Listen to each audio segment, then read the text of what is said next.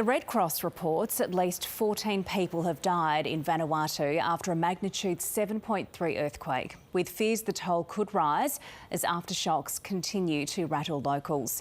Australia is sending urgent assistance to the country, which has declared a state of emergency, with the main hospital in the capital overwhelmed. Foreign Minister Penny Wong has expressed solidarity and urged any Australians there in need of assistance to reach out to the Consular Emergency Centre. Australian tourist Tessa Jones from Victoria experienced the earthquake in Port Vila and joins us now from her hotel. Tessa, just first of all, take us through exactly what that was like.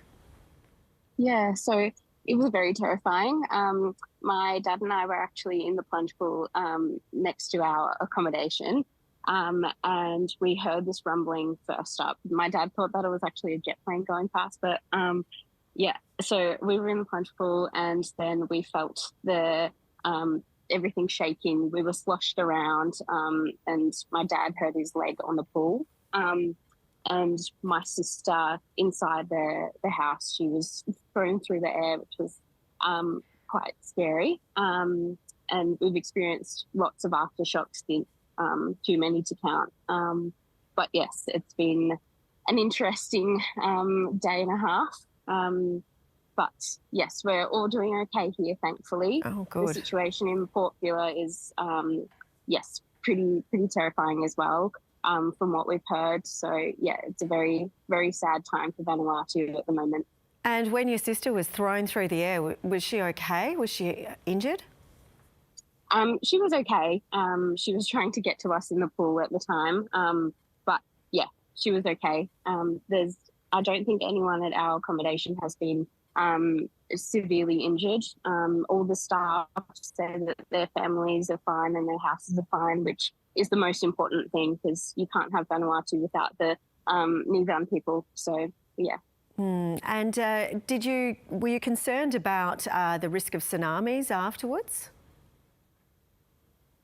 Yeah. As soon as I could tell that it was an earthquake, as we were in the pool, I was shouting, "Tsunami, tsunami, we have to leave." And so, yeah, we packed our bags, got all the emergency supplies ready, and immediately the accommodation evacuated us up to the top of the hill, which is about 10 minutes away. So we stayed there for about an hour and a half with some local families at their houses whilst we waited for the all clear. And yes, thankfully we've got electricity, Wi-Fi, running water at our accommodation at Tamanu on the beach, and everything has been lovely, but that's certainly not the situation in Port Vila. So yes, we need to do everything that we can to support Vanuatu at the moment. Because, yeah, absolutely. They need us. Yeah. And have you been feeling any aftershocks at all since then? Yeah, I'd say we've had at least 20 aftershocks. Had one just before I spoke to you, actually, so about 5 minutes ago now. That was smaller than previously, but there was one this morning at about 5 o'clock, which woke us all up, and we had to go outside for that. But yes, it has been a constant onslaught of aftershocks ever since. We're hearing as well from authorities about the fact that the hospitals are overrun at the moment, and you've obviously mentioned the town and the damage there. Just what are you hearing from some of the locals? Yeah, look, so no one really knows at this moment because the reception is so poor, particularly in Port Vila. It's been really difficult to get in contact, but one of the staff members, their husband is a police officer, and so they've been on the ground all of last night. They said that, yeah, obviously there's lots of damage, and the water supply has been completely destroyed. So people are just, trying to deal with all the rubble at the moment. So yes, it's a very sad situation, and it's going to take a long time for the recovery efforts.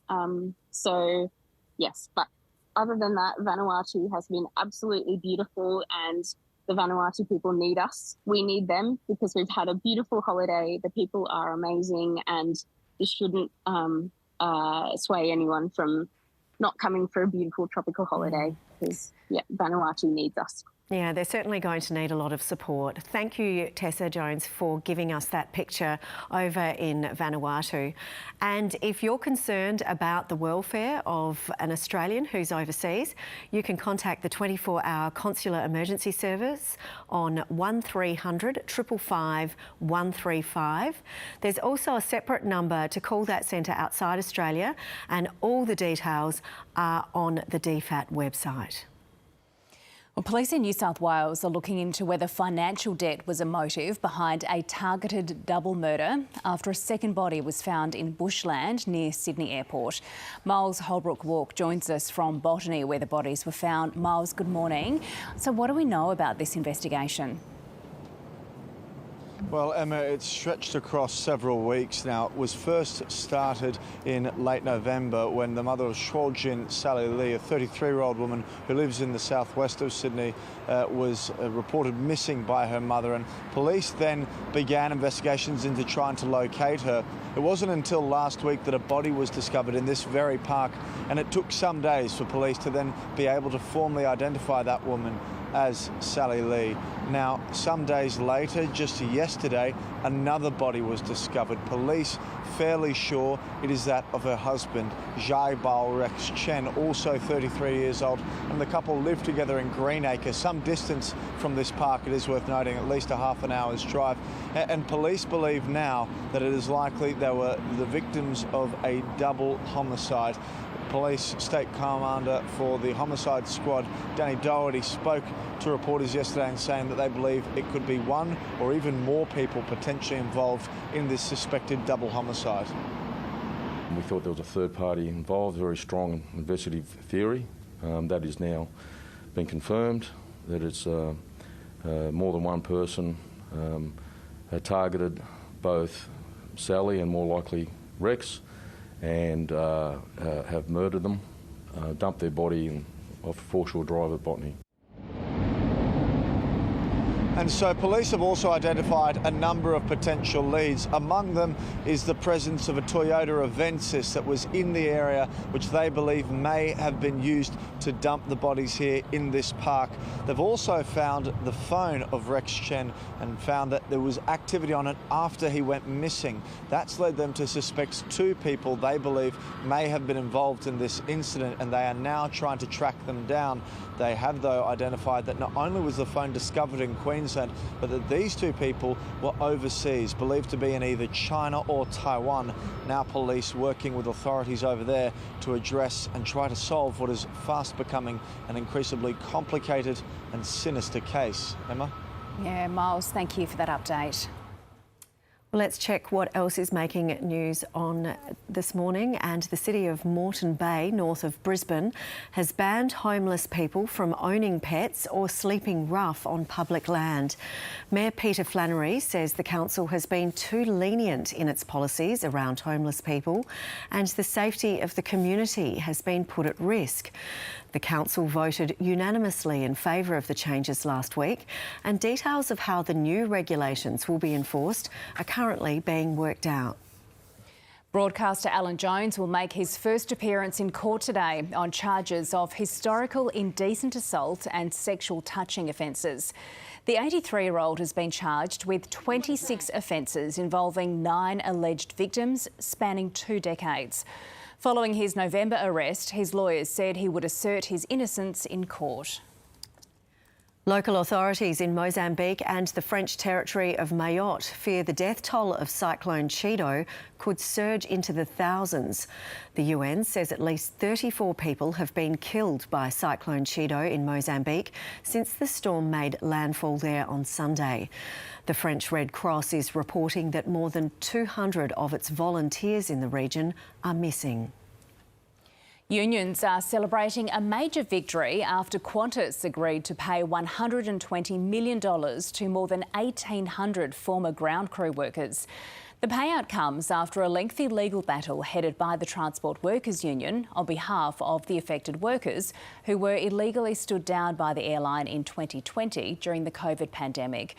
In a statement, Qantas Group CEO Vanessa Hudson apologised to the former employees and their families. I'm ready for movies, just like everyone else. The groundlands aren't And Bluey is heading to the movies for real life. The team behind the hit kids series has announced Australia's favourite cartoon dog family will make its film debut in 2027.